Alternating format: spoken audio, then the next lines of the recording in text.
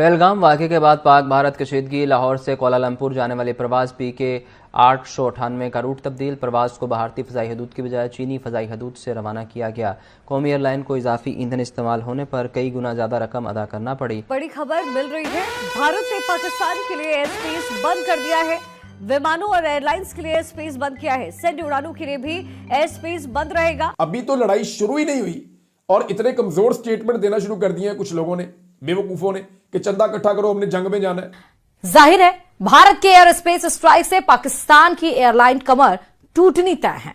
खुदा ना ख्वास्ता अगर जंग होती है तो इकोनॉमिकली ये कितना बड़ा डिजास्टर होगा। राज साहब, उसे बेसिकली तौर पे सुपर कैबिनेट कहा जाता है प्राइम मिनिस्टर नरेंद्र मोदी की, और इसकी अहमियत का अंदाजा आप इससे लगा सकते हैं कि इसकी ये मीटिंग 2019 फरवरी में उस वक्त हुई थी जब पुलवामा के ऊपर एक दहशतगर्दी का हमला हुआ था। उसके बाद इसकी मीटिंग नहीं हुई 6 बरस में, अब इसकी मीटिंग हुई है। राज साहब, इज्जत और गैरत के साथ आपका खाने की सिक्योरिटी, आपके पानी की सिक्योरिटी, ये सारी चीजें होती है।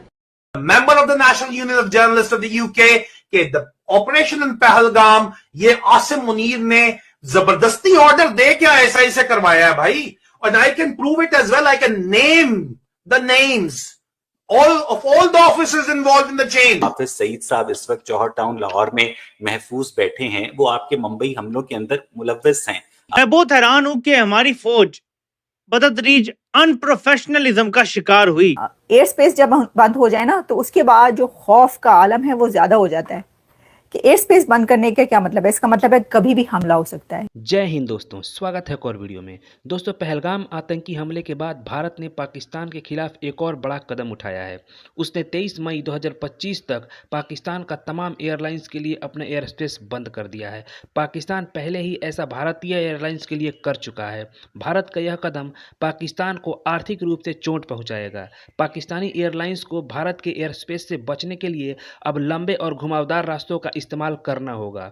इससे उड़ानों की दूरी और समय बढ़ेगा, नतीजतन ईंधन की खपत बढ़ेगी, परिचालन लागत में इजाफा होगा, यात्रियों के लिए टिकट की कीमतें भी बढ़ सकती हैं। पाकिस्तान से पूरब या दक्षिण पूर्व एशिया जाने वाली और वहां से आने वाली उड़ानें विशेष रूप से प्रभावित होंगी। वजह यह है कि उन्हें भारत के चारों ओर घूम कर जाना पड़ेगा। लंबी दूरी की वजह से यात्रियों का यात्रा समय काफ़ी बढ़ जाएगा।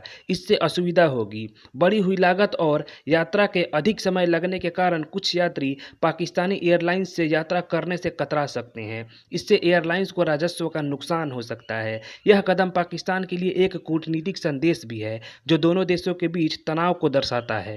एक नोटिफिकेशन जारी हुआ है और उस नोटिफिकेशन में यह बताया गया है कि इंडिया ने अपनी एयर स्पेस क्लोज कर दी है पाकिस्तान के लिए, और 23 मई तक के लिए भारत ने अपनी एयर स्पेस बंद की है। तो अब देखिए, एयर स्पेस अगर 23 मई तक 23 मई तक बंद की गई है तो इसका मतलब है, ऐसा लगता है कि 23 मई से पहले ही जो होना हो जाएगा। अब आप कहेंगे भाई ये तो आप बहुत दूर लेके जा रही हैं, 23 मई इतनी दूर लेके जा रही हैं तो बहुत पहले हो जाना चाहिए। देखिए, हो तो जाना चाहिए, लेकिन हम तो कहेंगे नहीं होना चाहिए। इसकी वजह ये कि ये तो अच्छी बात नहीं है ना कि हम कहें कि जी जंग हो जाए या ना हो जाए।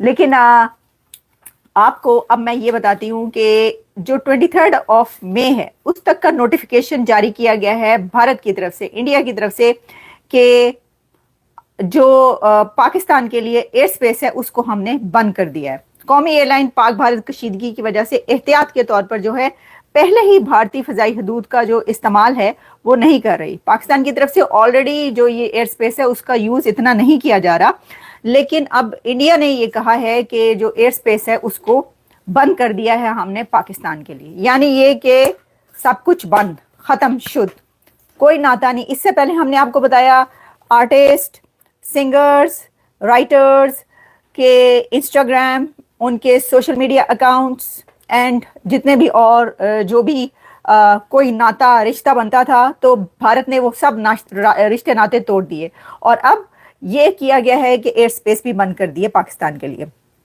ये एक बहुत बड़ी खबर इसलिए है कि देखें, एयर स्पेस जब बंद हो जाए ना तो उसके बाद जो खौफ का आलम है वो ज़्यादा हो जाता है कि एयर स्पेस बंद करने का क्या मतलब है। इसका मतलब है कभी भी हमला हो सकता है। क्या ये हमला करने लगे हैं? जैसे कि ये बात कही जा रही थी ना कि जैसे ही पाकिस्तान ने जो एयर स्पेस क्लोजर की खबर आई, गिलगित बल्तिस्तान की फ्लाइट्स कैंसिल की गई, तो कहा जाने लगा हो ये तो लगता है कि इंडिया ने जो गिलगित बल्तिस्तान है उस तरफ से हमला करना है, या क्या वहां पर हमला करने लगा है, वहां पर कुछ होने लगा है। तो ऐसे ही जब इंडिया ने अपनी एयर स्पेस बंद किया तो कहा जा रहा है कि इसका मतलब है कि कुछ होने लगा है।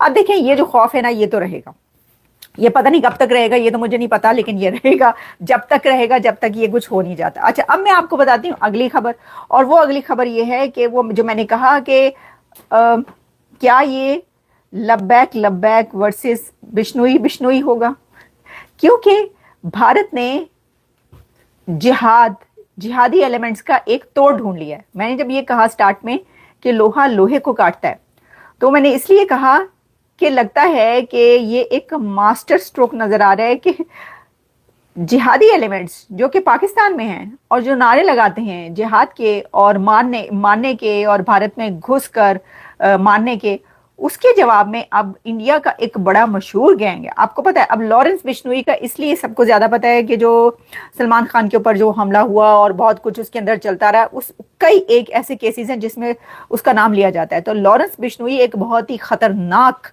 बंदा कहा जाता है, बहुत ही खतरनाक गैंग का नाम है ये जो है ना, हम पाकिस्तान के अंदर घुस के 1 लाख जितना जो एक बंदा है, यानी एक बंदा जो 1 लाख के बराबर है, उसको घुस के मारेंगे।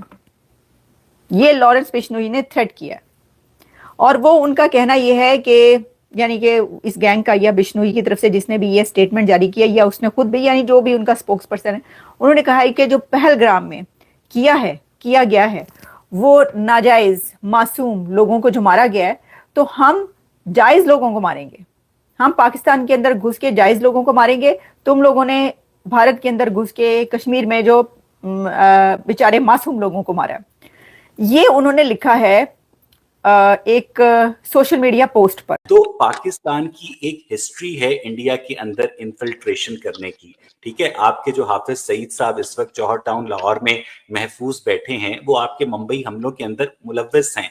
आपके जो मौलाना मसूद अजहर हैं, इंडियन पार्लियामेंट के ऊपर जो अटैक हो चुका है, इससे पहले एक पूरी हिस्ट्री है जिस बात को आपके वजीर दिफा ख्वाजा आसिफ ने स्काई न्यूज के साथ बड़े संगीन इल्जामात आप लगा रहे हैं, बड़े संगीन इल्जामात लगा रहे हैं, लेकिन इंडिया की डीप स्टेट्स को आप कैसे जो है इग्नोर कर सकते हैं? आपको नहीं लगता कि इंडिया पाकिस्तान में घुसकर जो उनके नेशनल सिक्योरिटी एडवाइजर हैं वो खुलेआम और कहते हैं, दंदनाते फिरते हैं, जनाब हम तो पाकिस्तान में घुसकर मारेंगे। पाकिस्तान में जो दहशतगर्दी करता है वो कौन करता है? वो पाकिस्तान के लोग करते हैं। आपको याद दिलाऊं कि जब मार्च के महीने में क्योंकि अभी मेरे पास तो अमेरिका में अभी तक अप्रैल ही चल रहा है, आपके पास तो मई की सुबह हो चुकी है, तो जब मार्च के महीने में बलूचिस्तान में जाफर एक्सप्रेस के ऊपर हमला हुआ, तो अगले दिन आपके जो DGISPR हैं, वैसे ये DGISPR का ओहदा इंडिया के पास नहीं है, वहां अभी तक सिविलियन कंट्रोल जो है बरकरार है, तो उन्होंने ये इल्जाम आयद किया कि जाफर एक्सप्रेस के हमले में इंडियन इन्वॉल्वमेंट के हमें शवाहिद मिले हैं।